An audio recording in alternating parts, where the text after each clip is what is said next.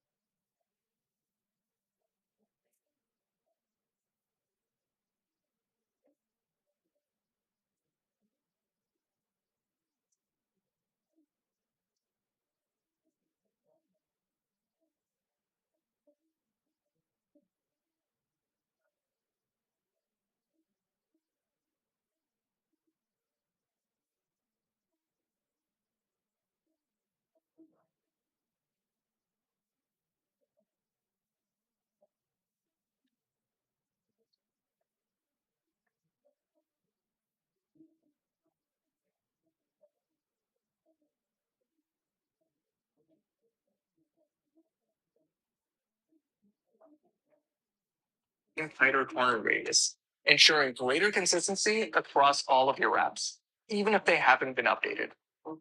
Finally, let's talk about app icons. Last year, we redesigned all of our app icons to establish a more harmonious look across apps and platforms. This year, we're taking this new design even further by integrating additional layers of liquid glass directly into the icon artwork itself.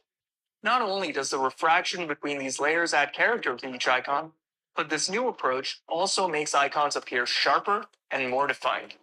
They look great in your dock, on your home screen, or when they're put into an all-clear look. Together, these updates culminate in an even more focused and approachable experience across your apps and across platforms. Now, back to Stacy. These design improvements are just the beginning. As we embarked on this journey to raise the bar for our products even higher, we also spent a lot of time digging into the fundamentals. Things like memory usage, CPU utilization, networking operations, display rendering. I could go on and on. But really, the point is this: we optimize the parts of the system that make a big difference in the responsiveness of our products. For example, system animations are smoother, like swiping between home screen pages on your iPhone, entering mission control, or moving between spaces on Mac. Plus, a lot of things are faster. I'll just name a few. First, iPhone and iPad apps launch up to 30% faster. It's kind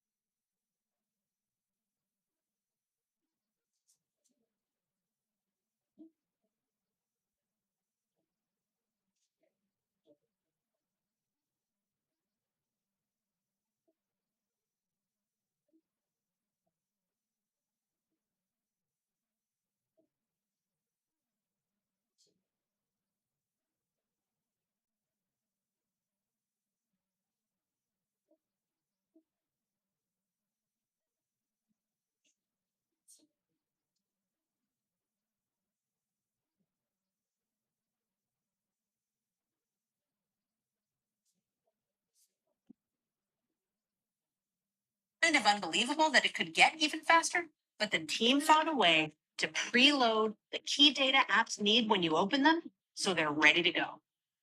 This applies to third-party apps too. And content across the system loads faster. For instance, after you shot some new photos, it used to take a beat for them to load in your library.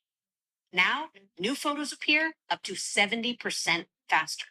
And when you share those photos or other files with a friend using AirDrop, they'll transfer up to 80% faster.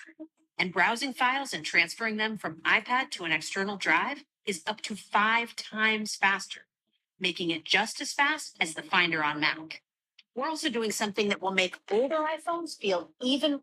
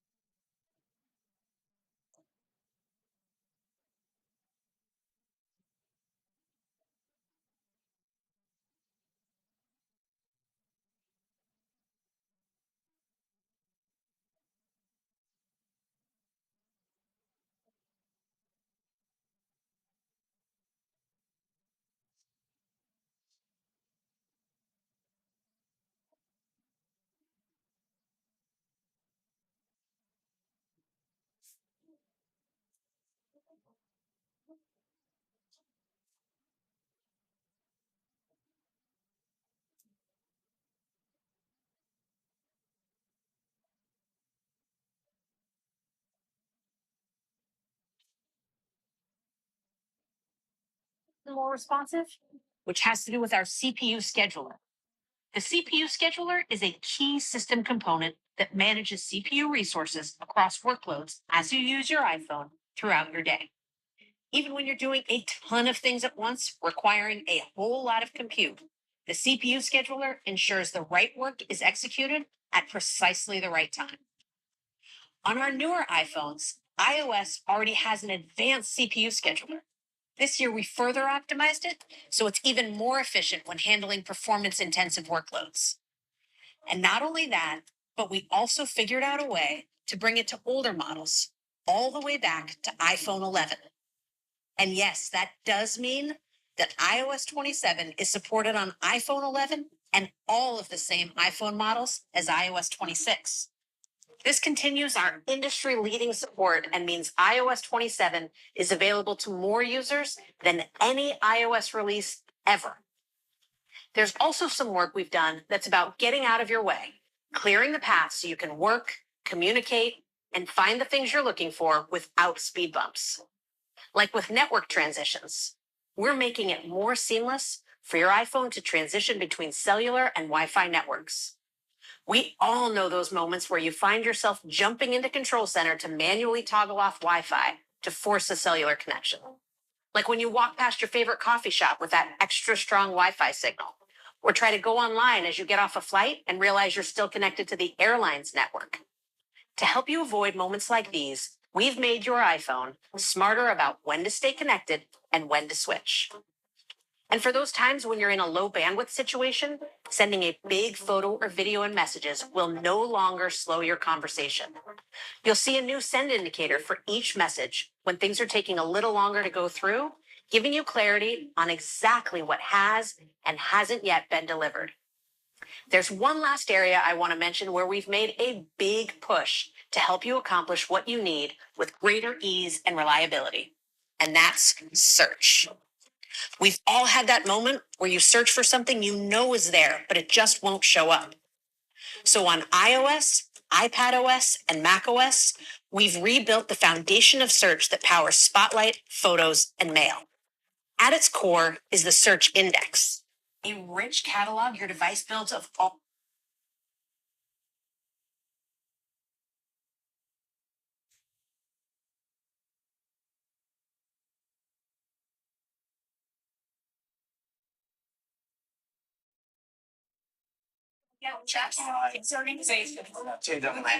Change the world. To present to you the one and only, the GOAT, the legend, Graham Weaver.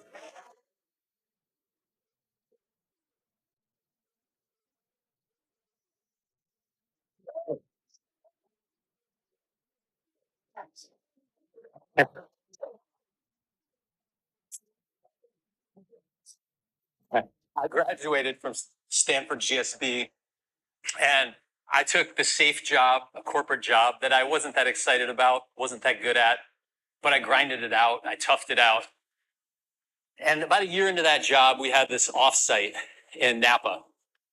And we're sitting in these conference rooms for 3 days listening to these presentations. And this is like PowerPoint old school where there's 87 words on the slide and the person who's speaking reads every single word to you, 0.5x speed. It's brutal. So about a day and a half into this offsite, I hatched my escape plan. So I'm sitting in the room and I put my suit coat on. I tuck my notebook under the suit coat just to make sure there's no trace. And then we take a break at 10:45 in the morning, and I file out, and I make sure I'm the last one to go in the bathroom, and I hide out in the stall. And so I wait like 3 minutes for everyone to leave, and then I wait just to be safe, I wait another 5 minutes. And then at one point it does occur to me, I'm a 27-year-old vice president. I'm in the men's room, in the stall, hiding from my own company. But, all right, nonetheless, I bust out. I don't see anyone. I go up the back staircase, go to my room, take my suit off, take off my tie, and I put on my running clothes because I'm going to go for a run. And I put on my running shoes, my running shorts. I tie this red bandana around my head, which is, I always work out with a red bandana. And then I go down the back staircase and I go around and get on the Silverado Trail. I couldn't find my shirt. I'm not sure if I packed one. It's 75 degrees, doesn't matter. So I start on this run, and it is just glorious. Like my playlist is amazing, and I'm having this great time.